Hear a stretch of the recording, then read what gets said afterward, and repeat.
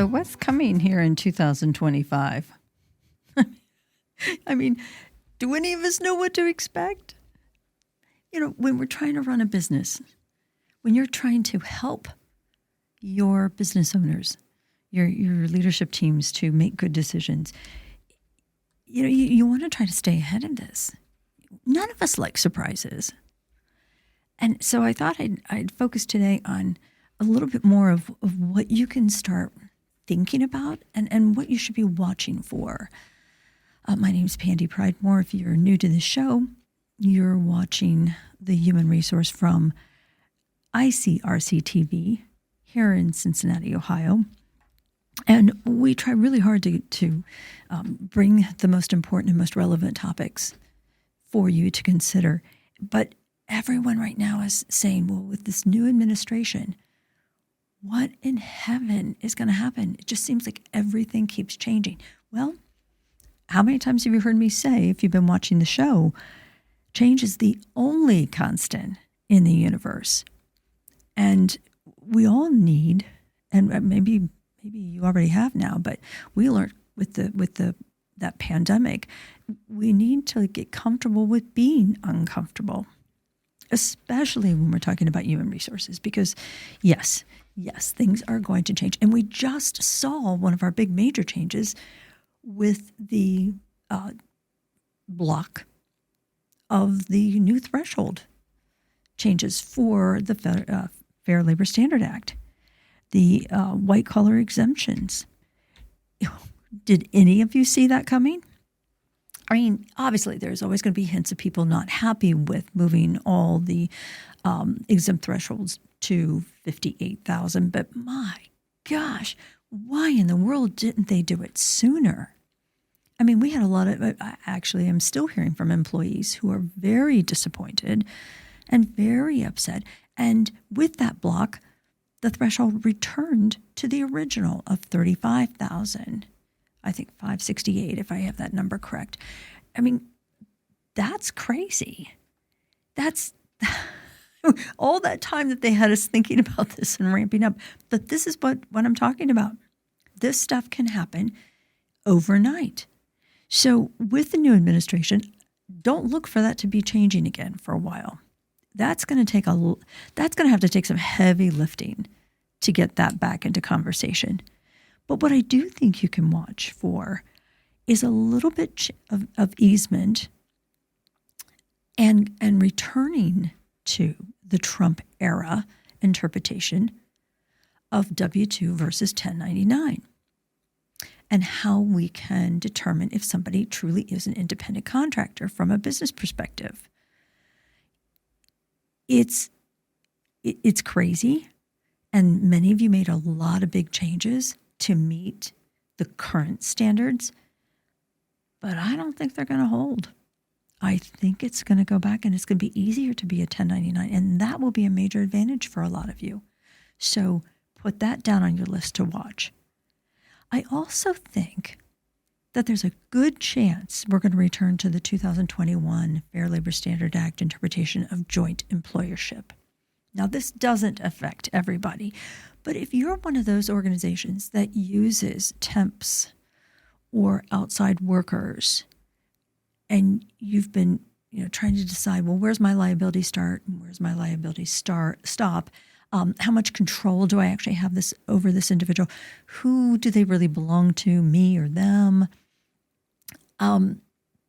This might be a one that you're going to really want to seriously watch. This has a lot to do with your liability. This can affect everything from workers' comp to how you have to administer ADA or FMLA. So and none of this is going to happen tomorrow. Or January 30th or 21st. This is going to take a while. But I would say just put it in the back of your mind that these are topics that might very well flip to the other side. Now, one that I don't think is going to be changing, and this is general consensus, but non-competes. The Fair Trade Commission was so reaching outside the box when they thought they could come in and eliminate non-competes across the board. I just, there were several of us that were standing there going, really? Since when do you want to get into this game, FTC? Stay on your own side of the fence. But I do say that some attorneys that I'm talking to and have been listening to are now talking about putting some kind of non-compete language post, at the time of termination, once the person's leaving. And that's going to be a legal document. That's a legal conversation. So right now, today, keep the non-competes in place that you have, but also be very focused on non-solicitation language. And that's non-solicitation of your clients, non-solicitation of your employees. Be protecting your proprietary information, trademarks, anything having to do with trade secrets. You want that protection now. And again, these are all legal documents. So I think it's very safe to say, I know if you were listening to the show, you were probably double checking your non-competes, months ago. So if they're in good order, great. If you haven't, and your non-compete has not been reviewed in the past 18 months, I would highly recommend getting that in front of a labor law attorney, not your tax attorney, not your business attorney. Get it in front of a labor law attorney and have him review it. I think a topic that everybody knows is going to be under extreme scrutiny is DEI. And we've had a number of shows where we have talked about how companies are approaching DEI and crossing that line of legality in terms of quotas and targeting audiences or targeting specific communities and candidates. And I just have to say that I think we've hit our wall.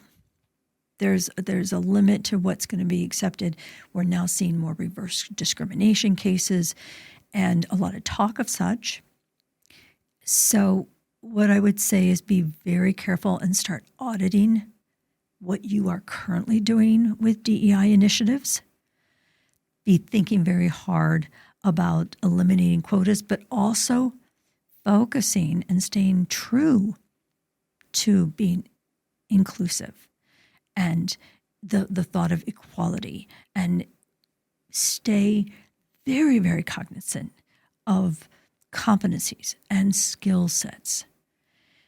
There's going to be a lot of conversation around that topic, and that you can see it in the news almost every day, how many companies are backing away from those programs.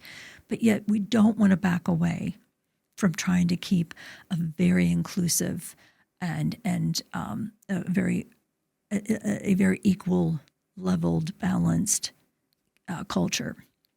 So stay with us, because we've got a couple more shows that are going to be coming in on that topic alone. Just because we know you're gonna have questions. One that people aren't talking about specifically, but one that I'm a little concerned with, is I think there's going to be more scrutiny on employment eligibility. And I'm not talking about the deportations. I'm not talking about that. But I am talking about how laxed and,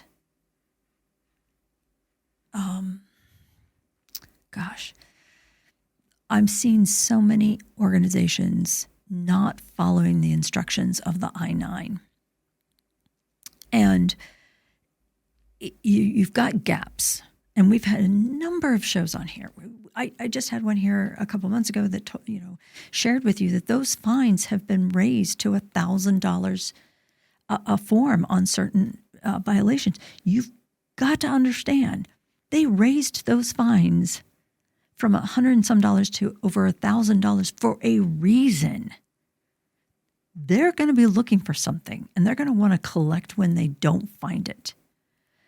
And I've got it in my crawl that we're going to see something coming up with these I-9s. And maybe it is because of the new administration. Maybe it is because of what the current administration's been doing with all these immigrants in the country. But what I will say, and actually I'm getting a lot of questions right now about, well, what should I do? If part of my workforce gets deported, what should I be doing now to prepare for that? And all I can tell you is there is no good answer. There just simply isn't a good answer for this, because we don't really know where this is going to go over the next 4 years. What I will say is that the I-9 is in place for a reason. It is enforceable.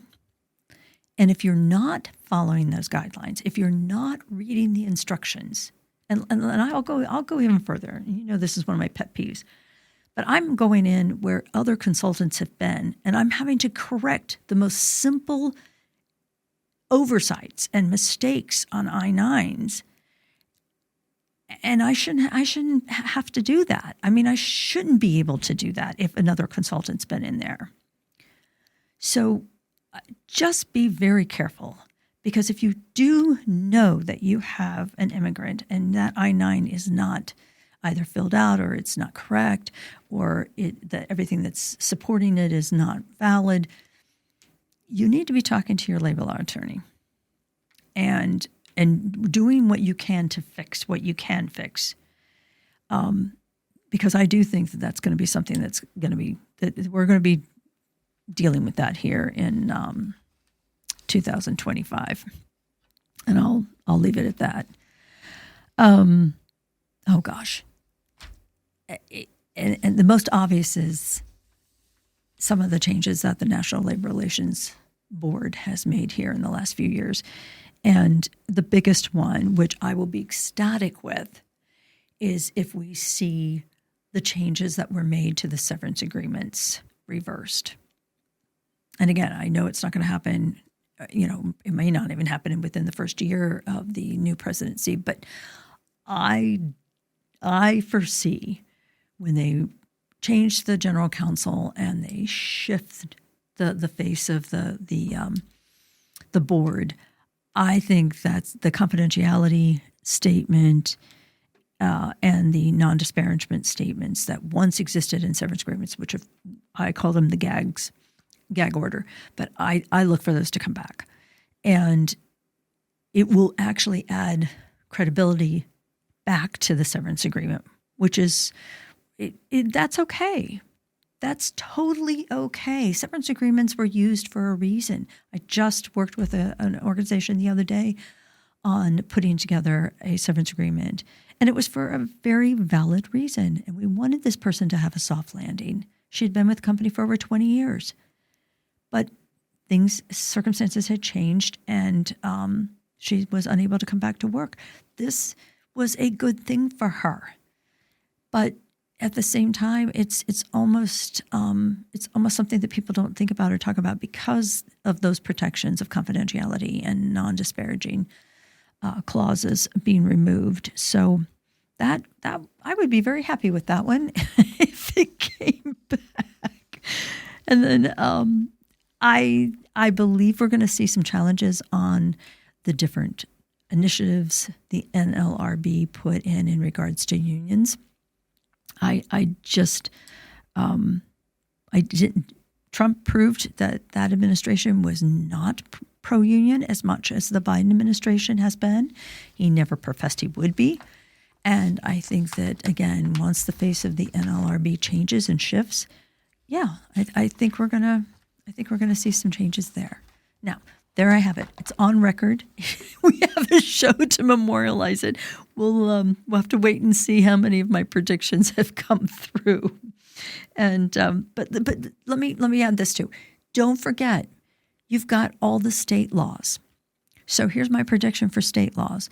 We're going to continue to see more paid leave, paid family or sick leave. We're going to see more demand for pay transparency. So if you're not putting the pay ranges and the benefits and all that information in your job postings, you might as well just start doing it for every state, because so many of them are converting over to that now. And it's a good thing. Don't fight that. It's a good thing to share. So and candidates want to know it. Employees want to know it. So I do think we're going to see a lot more there. AI is not going away. That conversation, I don't even think that conversation has even really started when it comes to employment decisions.